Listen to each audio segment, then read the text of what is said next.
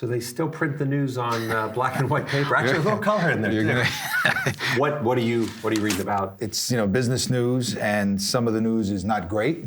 Profits are sagging, the dollar, the valuations, and that's always been a cautious time for people in business travel. Well, I've looked at some of the recent travel news in the different trade journals, and what I take away most is that it's not that it's bad news, but there does seem to be more of a tone of caution, which I can understand, but I hope we're also being smarter than we have been in the past as we go through these cycles. Right, and the knee-jerk reaction historically has been, let's travel less, let's not travel at all, let's change the program in such a way that we reduce the cost of travel. We get to this point, right? So businesses, and travel is no different, goes in these cycles where there are times where companies are really pulling the lever back to say, we got to stop.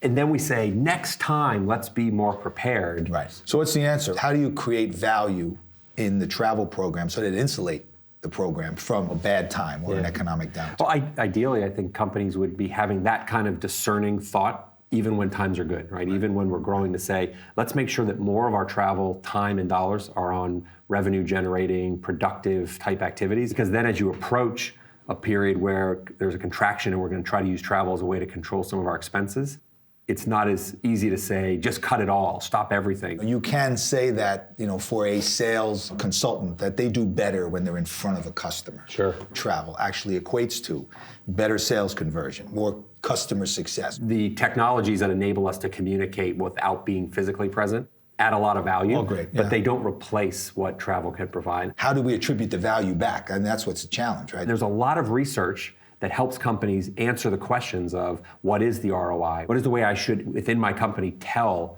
why business travel matters and what it means to our bottom line? Yeah, if you sit there and say, well, it looks like we're softening relative to the economy, you'd actually think maybe I should travel more. Because, if I've shown that I can convert more, then why wouldn't I get on the road more versus less? Yeah. You have to be wary of what you're doing. But again, to your point earlier, it's all about establishing the value proposition from the start. Right. And if we do that, we're not forced into these situations where we're reacting to some bad news in the paper. Exactly. And let's not talk about this as if the news is telling us, whoa, we got to start pulling back, we got to start making changes. But what I read in the news is now's the time for smart travel professionals, their partners, whether those are the TMCs, their suppliers, are having the conversations.